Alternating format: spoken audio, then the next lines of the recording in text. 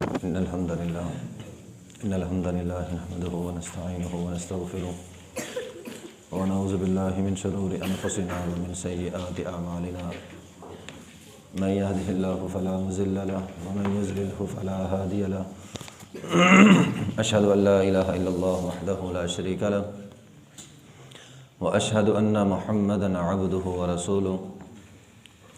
یہ صفحہ نمبر ہے 87 اور آیت نمبر ہے 139۔ اعوذ باللہ من الشیطان الرجیم، بسم اللہ الرحمن الرحیم۔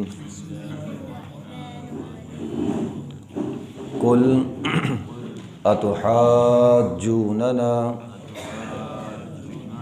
فی اللہ وہو ربنا وربکم ولنا اعمالنا ولکم اعمالکم ونحن لہ مخلصون۔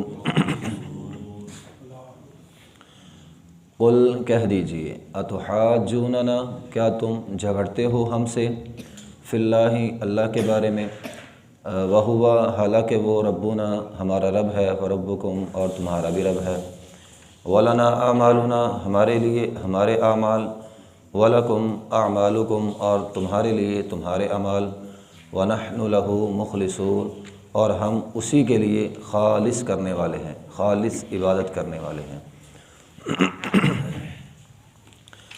جی اصل میں قل اتحاجوننا فی اللہ، کیا تم اللہ کے بارے میں ہم سے جھگڑتے ہو۔ یہ جھگڑا کون سا تھا؟ جھگڑا یہ تھا کہ یہود کہتے تھے مسلمانوں کو کہ یہ کیسے ممکن ہے کہ تمام انبیاء کرام ہماری نسل میں سے آئے ہیں اور جب آخری نبی آنے کی باری آئے وہ تمہاری نسل میں سے آ جائے، یہ کیسے ہو سکتا ہے، وہ ہم میں سے کیوں نہیں آیا۔ اس معاملے میں وہ مسلمانوں سے جھگڑتے تھے، تو مسلمان آگے سے کہتے تھے بھئی تم ہم سے کیوں جھگڑتے ہو، اللہ نے بھیجا ہے نا، اللہ کے معاملے میں تم ہم سے جھگڑتے ہو، معاملہ اللہ کا ہے، جھگڑ ہم سے رہے ہو۔ تمام انبیاء کرام اللہ نے بنو اسماعیل میں سے بھیجے، وہ اللہ کی مرضی تھی۔ آخری نبی کو اللہ تعالیٰ نے تمہاری نسل سے نہیں بھیجا، بنو اسماعیل میں سے بھیج دیا، تو یہ اللہ کی مرضی ہے۔ تو اللہ کے کاموں میں، اللہ کے معاملات میں تم ہم سے کیوں جھگڑتے ہو؟ ٹھیک ہے، یہ جھگڑا تھا۔ دوسرے نمبر پر وہ کہتے تھے کہ نحن ابناء اللہ و احباء، بھئی ہم تو اللہ کے بیٹے بھی ہیں، اللہ کے چہیتے بھی ہیں۔ یہ کیسے ممکن ہے اللہ اپنے چہیتوں کو چھوڑ کر کسی اور نسل میں سے پیغمبر بھیج دے، یہ کیسے ممکن ہے؟ اب یہ بھی ان کا مسئلہ تھا۔ تو مسلمانوں نے کہا بھی اللہ تم، رہی بات یہ کہ پیغمبر تمہارے درمیان کیوں نہیں آیا، وہ تو اللہ کا معاملہ ہے نا، اللہ نے آخری پیغمبر کسی اور نسل میں سے بھیج دیا، یہ اللہ کا معاملہ ہے۔ رہی بات تمہارے چہیتے ہونے کی، یہ وَلَنَا أَعْمَالُنَا وَلَكُمْ أَعْمَالُكُمْ، یہ اس کا جواب ہے اگلی بات کا کہ وَلَنَا أَعْمَالُنَا وَلَكُمْ أَعْمَالُكُمْ۔ رہی چہیتوں والی بات، چہیتے اللہ کے کون ہوں گے، یہ تو اللہ نے فیصلہ کر دینا ہے، تمہارے لیے تمہارے اعمال، ہمارے لیے ہمارے اعمال۔ کل قیامت کے دن پتہ چلے گا کہ اللہ کا چہیتا کون ہے، ٹھیک ہے۔ وَلَكُمْ أَعْمَالُكُمْ، تمہارے لیے تمہارے اعمال، وَنَحْنُ لَهُ مُخْلِصُونَ اور ہم تو صرف خالصتاً اللہ کی عبادت کرنے والے لوگ ہیں۔ وَنَحْنُ لَهُ مُخْلِصُونَ۔ اخلاص کیا ہوتا ہے؟ اخلاص ہوتا ہے مخلوقات سے کٹ جانا اور خالق کی طرف متوجہ ہو جانا۔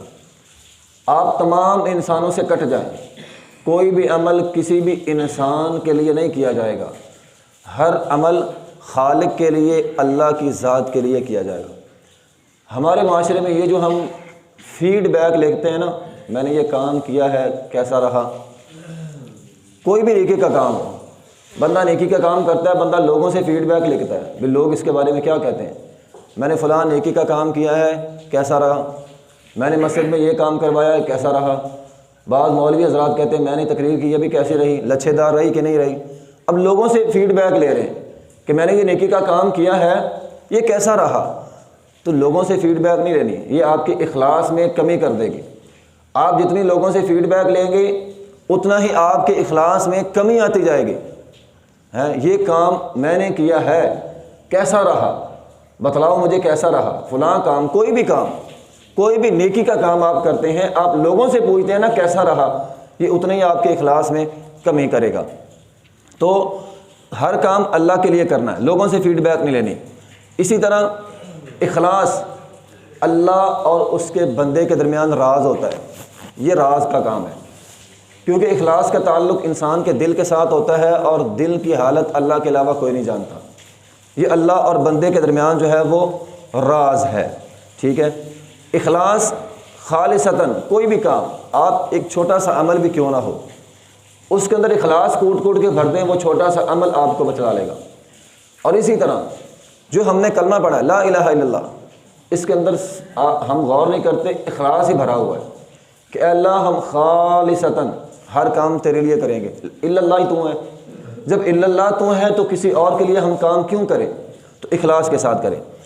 اخلاص برکت کا حصول ہوتا ہے، کسی بھی کام کے اندر اخلاص سے کرنا برکتوں کا حصول ہے۔ یہ پیچھے ابراہیم علیہ السلام کا ہم نے قصہ پڑھا ہے، ابراہیم علیہ السلام ان کی ساری سیرت ہی اخلاص پر بھری ہوئی ہے۔ اور خاص طور پہ آپ دیکھیں جب وہ حاجرہ علیہ السلام کو مکہ کی وادی میں چھوڑ کر آئے، اب ایک عورت کا اخلاص آپ نوٹ کریں، ابراہیم علیہ السلام کی سیرت تو اخلاص سے بھری ہوئی ہے، اب ایک عورت کا اخلاص نوٹ کریں کہ ان کو ایک خالی میدان میں نہ بندہ نہ بندے کی ذات، نہ کوئی سایہ، نہ کوئی پانی، نہ کوئی کھانا، نہ کوئی پینا، کچھ بھی نہیں، چھوڑ آئے، ساتھ ایک بچہ بھی ہے، چھوڑ آئے۔ انہوں نے پوچھا تھا ابراہیم علیہ السلام سے کہ آپ اپنی مرضی سے چھوڑ کے جا رہے ہیں یا اللہ کی مرضی سے؟ کہا اللہ کی مرضی سے۔ کہا مجھے رب پر یقین ہے۔ یہ ہوتا ہے اخلاص کہ دنیا جہاں کی کوئی بھی چیز، دنیاوی لیول سے، دنیاوی لحاظ سے کوئی بھی چیز آپ کے مددگار نہیں ہے، لیکن آپ کو اللہ پر یقین ہے کہ اگر اللہ کا حکم ہے نا تو پھر اللہ ضائع نہیں کرے گا۔ محترم بھائیو، یہ ہمارے لیے بہت بڑا سبق ہے۔ آپ کوئی بھی کام، کوئی بھی نیکی اللہ کے لیے کرتے ہیں نا تو اللہ آپ کو ضائع نہیں کرے گا۔ آپ لوگوں سے فیڈ بیک مت لیں کہ میں نے یہ کام کیسا کیا۔ اگر آپ نے کام اللہ کے لیے کر دیا نا تو کر کے بھول جائے، اللہ آپ کو ضائع نہیں کرے گا۔ اللہ اخلاص والی نیکی کو کبھی بھی ضائع نہیں کرتا۔ اور جو لوگ کوئی بھی حکم، کوئی بھی کام اللہ کا حکم سمجھ کر کرتے ہیں، میں یہ نماز پڑھی ہے، کیوں پڑھی ہے؟ اللہ کا حکم ہے۔ یہ نہیں کہ میں پڑھتا تھا، نہ پڑھی لوگ کیا کہیں گے، یہ بچہ ہے وہ کہتا ہے اگر نہ پڑھی تو ابا ڈانٹے گا مجھے، ہے تو یہ چیزیں اخلاص میں کمی کا باعث بنتی ہیں۔ میں نماز کیوں پڑھی ہے؟ مجھے اللہ نے حکم دیا ہے۔ ہم قرآن کیوں سمجھ رہے ہیں؟ اللہ نے حکم دیا ہے، قرآن سمجھنے کا حکم اللہ نے دیا ہے۔ اگر ہم اللہ کا حکم سمجھ کر یہ کام کریں گے، ہمارے اس کام میں اخلاص بڑھ جائے گا اور پھر اس کام کے اندر برکت بھی آئے گی، برکت کا حصول ہے۔ آپ برکت دیکھ رہے ہیں، حاجرہ علیہ السلام اللہ پر یقین کیا انہوں نے، حاجرہ علیہ السلام کتنی برکت آئی ہے۔ پھر انہوں نے وہاں پہ کعبۃ اللہ بنایا اور آج جو بھی ادھر جاتا ہے برکت لے کر آتا ہے، آج تک برکت ہے اس حصے میں، جو بھی جاتا ہے برکت لے کر آتا ہے۔ تو یہ ہوتی ہے برکت، اخلاص کی وجہ سے برکت آتی ہے۔ اخلاص ریاکاری کی ضد ہے، الٹ ہے۔ اگر آپ کے عمل میں اخلاص نہیں نہ ہے تو آپ کے عمل میں پھر ریاکاری آ جائے گی۔ اگر کوئی بھی کام آپ کرتے ہیں یا نہ کیا تو فلاں ناراض ہو جائے گا۔ اگر آپ لوگوں کی ناراضگی سے ڈرتے ہیں، اچھا میں کر لوں ورنہ لوگ ناراض ہو جائیں گے، نیکی کا کام ہے، آپ کو یہ نہیں ہے کہ اللہ ناراض ہو جائے گا، آپ لوگوں کی پرواہ کرتے ہیں تو پھر یہ ریاکاری کے زمرے میں آ جاتا ہے۔ ریاکاری اخلاص کے الٹ ہے۔ نبی علیہ السلام کی حدیث ہے، ایک بندہ دکھلاوے کے لیے عمل کرتا ہے، اسے دکھلاوا دے دیا جاتا ہے۔ ایک بندہ شہرت کی خاطر عمل کرتا ہے، اسے شہرت دے دی جاتی ہے۔ ایسا نہیں ہے شہرت نہیں ملتی۔ آپ دیکھ لیں بڑے بڑے لوگ بڑے بڑے اچھے کام کرتے ہیں، رفاع عامہ کے کام کرتے ہیں، خدمت خلق کے کام کرتے ہیں، اپنا بورڈ لگاتے ہیں، اللہ دیتا ہے ان کو، لیکن کل قیامت کے دن اللہ کوئی صلہ نہیں دے گا۔ اللہ فرمائے گا جا لوگوں کے پاس ہی، دنیا میں شہرت تو نے چاہی تھی، شہرت میں نے تجھے دے دی۔ ہمارے یہاں مسئلہ یہ ہے کہ شہرت ملنے کے بعد ہم کہتے ہیں اللہ کا احسان ہو گیا، میں اتنا مشہور ہو گیا، یہ تو اللہ کا احسان ہو گیا۔ اللہ کا احسان نہیں ہے، یہ تیرے اعمال کی دنیا میں تجھے بدلہ مل گیا، آخرت کو کچھ نہیں ملے گا۔ تو نے شہرت چاہی، اللہ نے تجھے شہرت دے دی، ٹھیک ہے۔ تو یہ جو ریاکاری ہوتی ہے یہ اخلاص کی ضد ہے۔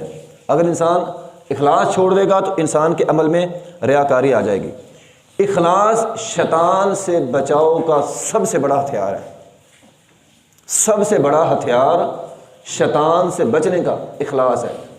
اللہ رب العزت نے اس کو قرآن مجید کے اندر ذکر کیا ہے، شیطان نے کہا تھا فَبِعِزَّتِكَ لَأُغْوِيَنَّهُمْ أَجْمَعِينَ، اے اللہ مجھے تیری عزت کی قسم میں انسانوں کو گمراہ کروں گا۔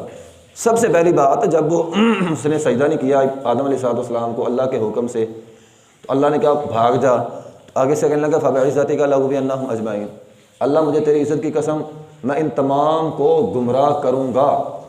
آگے سے اللہ نے کیا جواب دیا تھا؟ إِلَّا عِبَادَكَ مِنْهُمُ الْمُخْلَصِينَ، اللہ نے یہ نہیں کہا کہ تو سخی بندے کو گمراہ نہیں کر سکے گا، ہیں تو عالم کو گمراہ نہیں کر سکے گا، تو مجاہد کو گمراہ نہیں کر سکے گا، کتنے بڑے بڑے عمل ہیں، لیکن اللہ نے کہا تم مخلصین بندوں کو گمراہ نہیں کرے گا، جو میری رضا کے لیے خالص عمل کرنے والے ہیں ان کو تو گمراہ کر ہی نہیں سکے گا۔ الا عبادک منہم المخلصین، میرے بندوں میں سے جو مخلص ہوں گے ان کو تو گمراہ نہیں کر سکے گا۔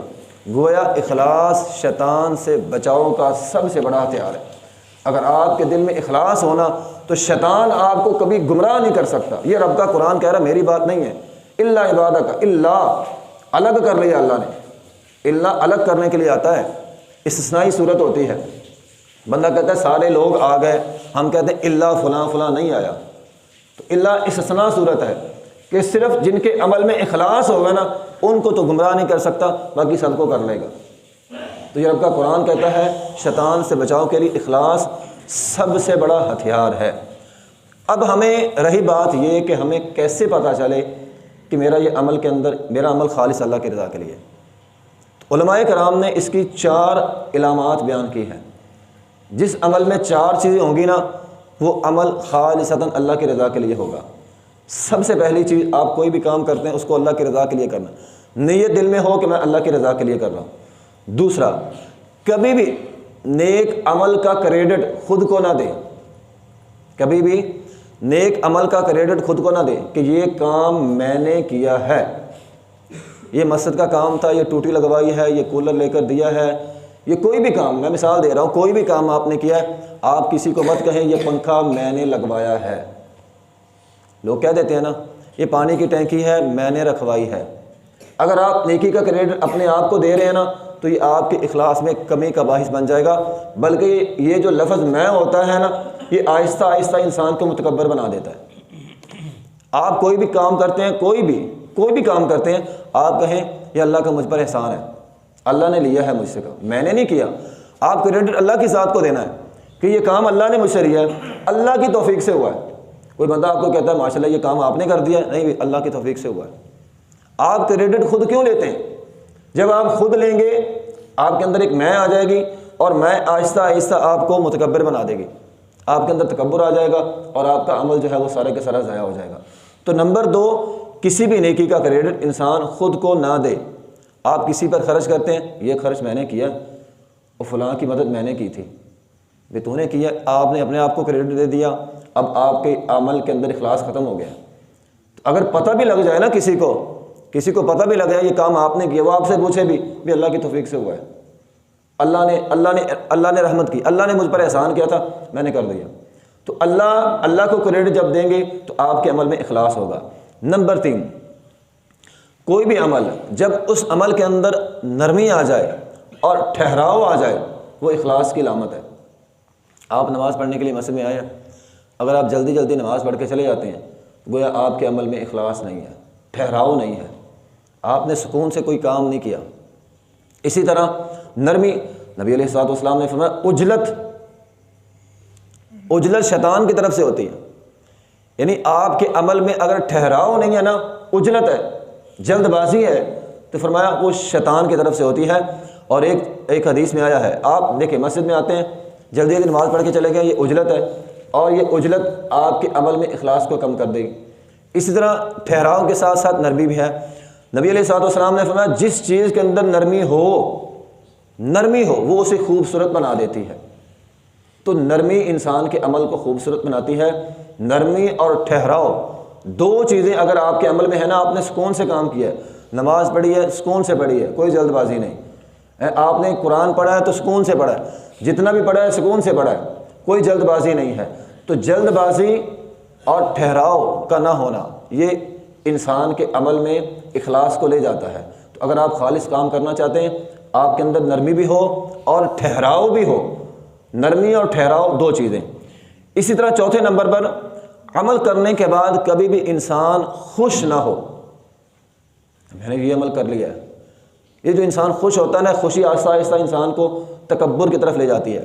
بلکہ ابراہیم علیہ السلام کی سیرت کو اپنائیں، انہوں نے کعبۃ اللہ بنایا، کعبۃ اللہ بنا کر وہ خوش نہیں ہوئے، بہت بڑا ہم نے بہت بڑا کام کر لیا۔ ابھی ایک تو دل کے اندر خوشی ہوتی ہے، وہ تو ٹھیک ہے، لیکن لوگوں کو کہنا کہ میں نے بہت بڑا کام کر لیا ہے۔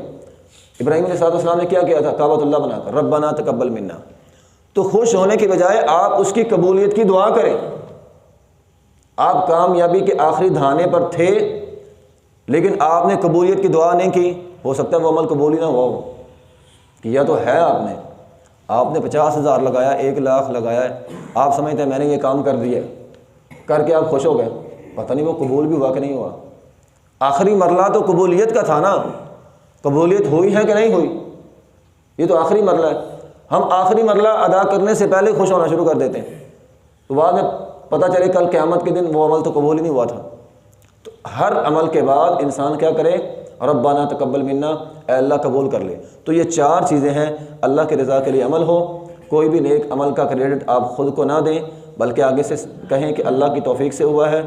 ہر کام کے اندر نرمی ہو، ٹھہراؤ ہو، اور عمل کرنے کے بعد قبولیت کی دعا ہو۔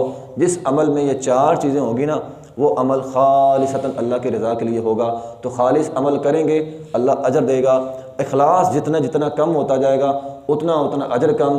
اگر اخلاص بالکل نہیں ہے تو عمل اجر بالکل نہیں ہے، اور اگر اخلاص نکل گیا، ریاکاری آ گئی، تو ریاکاری انسان کو جہنم کے اندر لے جاتی ہے۔ اس لیے اپنے اعمال میں اخلاص پیدا کرنے کی کوشش کریں۔ وآخر دعوانا الحمدللہ رب العالمین۔